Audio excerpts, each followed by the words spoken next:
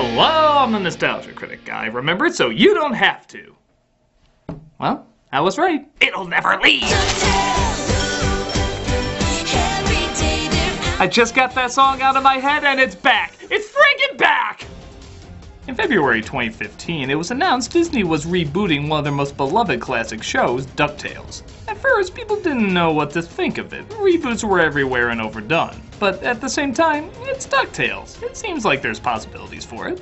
Then the premiere of the intro was put on YouTube, and it was actually pretty damn good. It mixed modern animation with the classic Disney comic book style of the 50s. It was both a great update as well as a great throwback. And then they did something even cooler. They released the first episode on YouTube. Yeah, you can go to Disney XD's YouTube and watch the premiere right now. Oh good, I didn't want to have to borrow someone's Disney Go password. I guess they're that confident that you'll like it and keep coming back for more. As you probably noticed, we've talked about DuckTales several times on this show, so it only makes sense to see if they were right. Is it as good as they're hyping it up to be, and will we come back for more? Let's find out by taking a look at the first episode of the DuckTales reboot.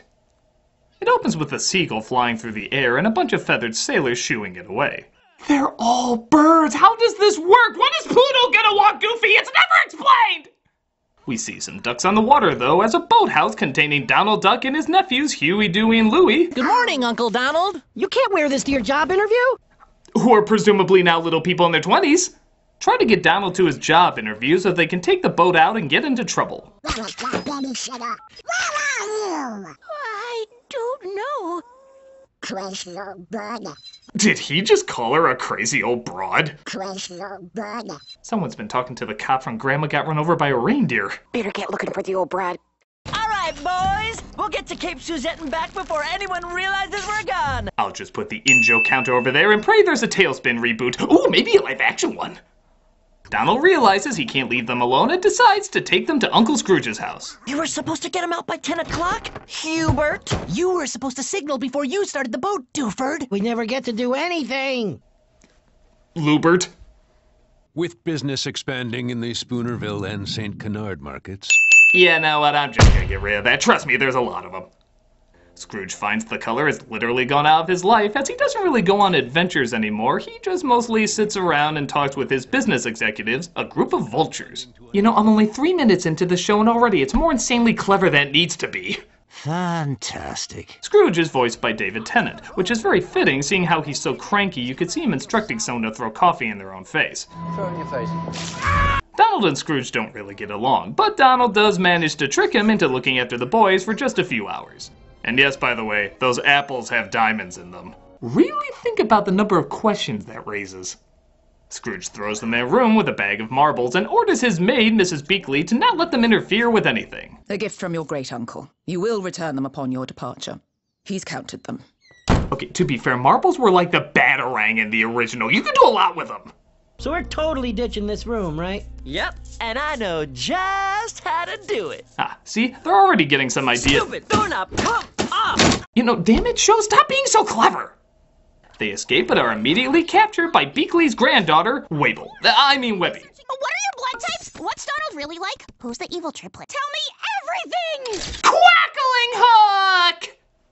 Okay, so while she does seem eerily similar to Gravity Falls' most popular character, there certainly are some differences. One, she has no friends, where Mabel was a social butterfly. Are we friends now? If we say yes, will you let us live? Good one, new best friend. Two, while she's excitable, she's also socially awkward due to Beakley being overly protective. Hi, Granny, I'm spending the night at a friend's house, so nothing is wrong. And three, she has kind of a violent edge. Who sent you? Ma Beagle? Glomgold? Answer me. And to be fair, most people would rather have a variation of Mabel than a variation of the original Webby. And apparently the writers thought the same thing, as there's an arrow in a doll of her past design. Too soon.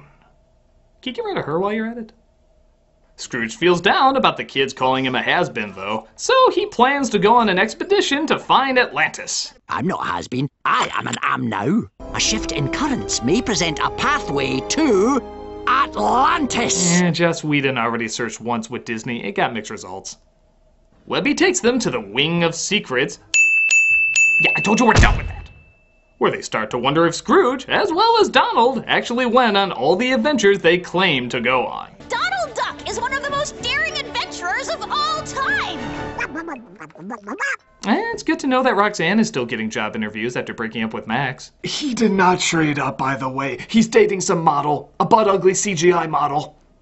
They accidentally open a chest, releasing the ghost of Captain Peghook and his steed, the Headless Man-Horse.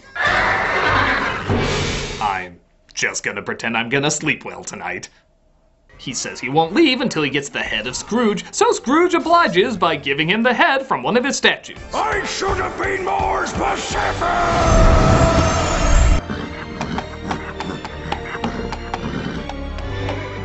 Okay, as funny as that is, we never see that horse again. And if there's any character I want to know what happened to.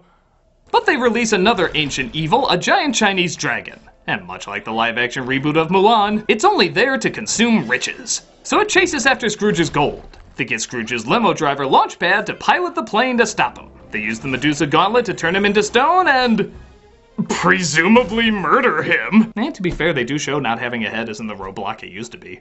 Scrooge is impressed with their adventure-making shenanigans, and he wants them to join him in his search for Atlantis. But, in a hilarious twist, the job Donald was applying for belongs to Scrooge's mortal enemy, Glumgold, the second richest duck in the world. Welcome, new employees, to Glumgold Industries. Well, now we know what the CEO of Tilted Kilt looks like.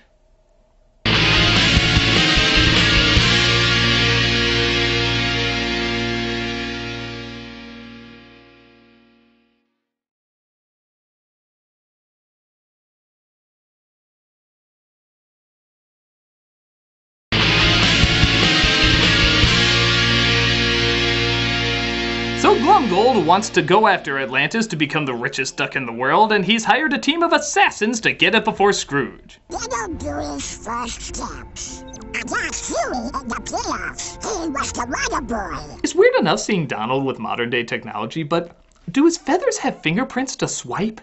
This show is asking so many questions I never thought I would ask. So Scrooge and the gang make it to Atlantis and find it's all upside down. The Atlanteans were so eager to build an epic city of wonders and death traps, they didn't stop to figure out a proper support structure, and the whole thing fell into the sea. So they made that sign after the city sank? He must have died while carving it. Dewey wants to experience as much adventure as possible, but he finds being upside down sucks a lot of the action out of it. But Donald tries to save Dewey from himself. Give me a chance instead of lumping us all together in the backseat while you drive. Oh, come on, nobody lumps you all together. Blue one. That actually is another cool element of the show. They tried to have Huey, Dewey, and Louie have a little bit more identity, so you can tell them a little bit more apart. I can't even think of the last time I saw an episode of anything where one gets individual focus as opposed to all of them sharing the same amount of time. That's fond remembering. But Glumgold gets the jewel first and finds out Donald is related to them and leaves them to drown. We gotta stop the water! They're ducks. They can float. I knew I didn't trust you with the rules. Stop! Scrooge was trying to keep me out of trouble, but I was so caught up in why is there a lamp on the floor? Hey, come on, you interrupted the Disney lesson. We had like 20 more seconds of synth music. That's the real jewel of Atlantis! That thing lit up when the trap was sprung. I bet my bottom dollar it's the power source that runs the city. And they said we never used those scripts from a TV show that never happened. Meanwhile, Glumgold's henchmen seem to really suck at what they do as Glumgold tries to blow Atlantis up with everybody inside. Mr. Duck, could we, maybe bum a ride with you? We're just gonna be confused for Ninja Turtle villains if we don't get more screen time. They of course help them out and show up Glumgold with the real treasure. Mr. McDuck, how do you respond to claims? Wow, Roxanne got another job pretty quick. Applying for henchwoman and ending up as a TV reporter? Life's funny that way. So, through lame excuses not really needed to justify kids going on adventures, These boys will get into trouble, so maybe you can teach them how to get out of trouble. can't some caregivers just be bad people? It's agreed that the boys can stay with Scrooge, especially after their houseboat blows up. I may have left the engine running in the houseboat. The circle is now complete. Reclusive adventure capitalist Scrooge McDuck is back, solving mysteries and rewriting history. Chippendales Rescue Raid. Oh, I had it! So Dewey is happy to know that his family is so adventurous and that he truly belongs. I'll just celebrate this incredibly serviceable ending by drinking out of my favorite and most expensive champagne glass with my favorite and most expensive champagne inside, as I will do now.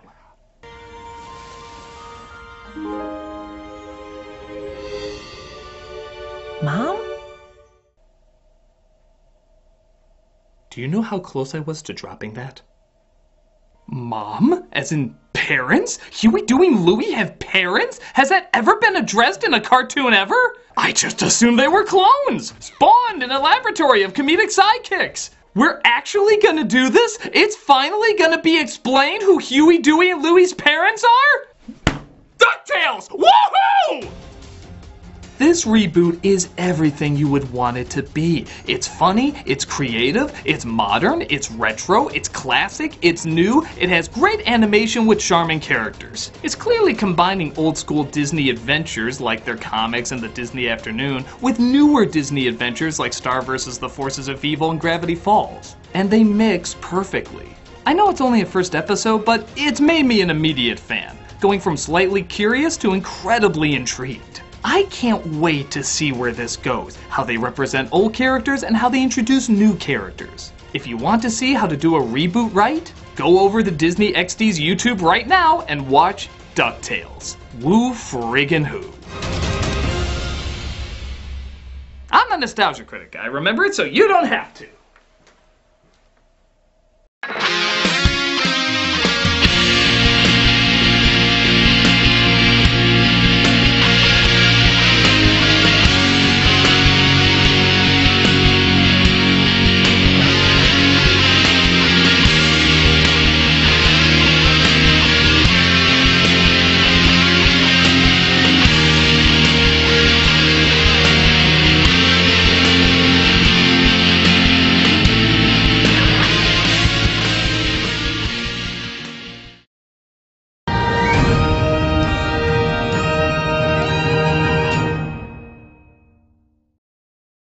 Hey guys, Doug Walker here doing the charity shout out, and this week we have a very special charity shout out. One of our producers, Tiger, who does MUD to MMO, he's doing this super long bike ride to raise awareness of Pancreatic Cancer Action Network.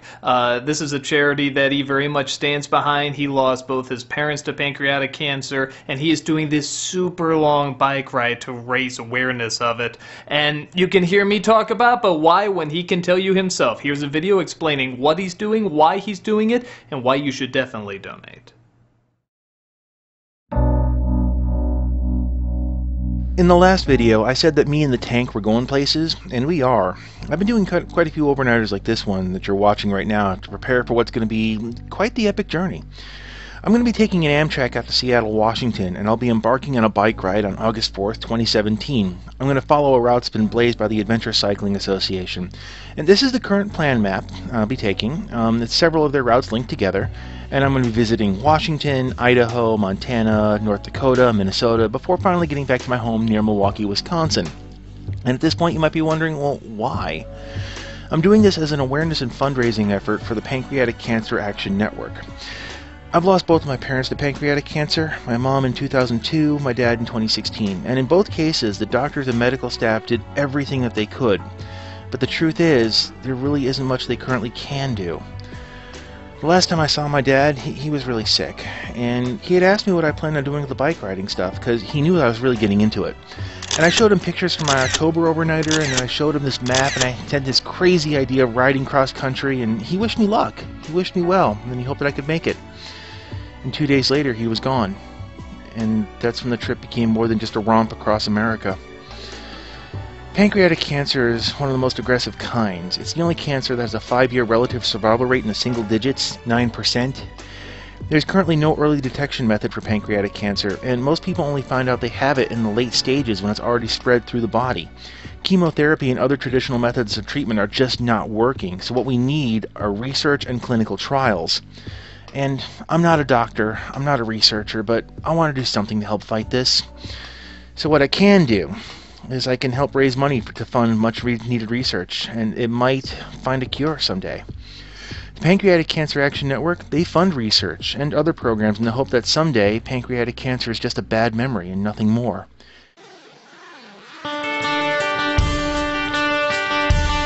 So, if you want to support the ride, you can do several things.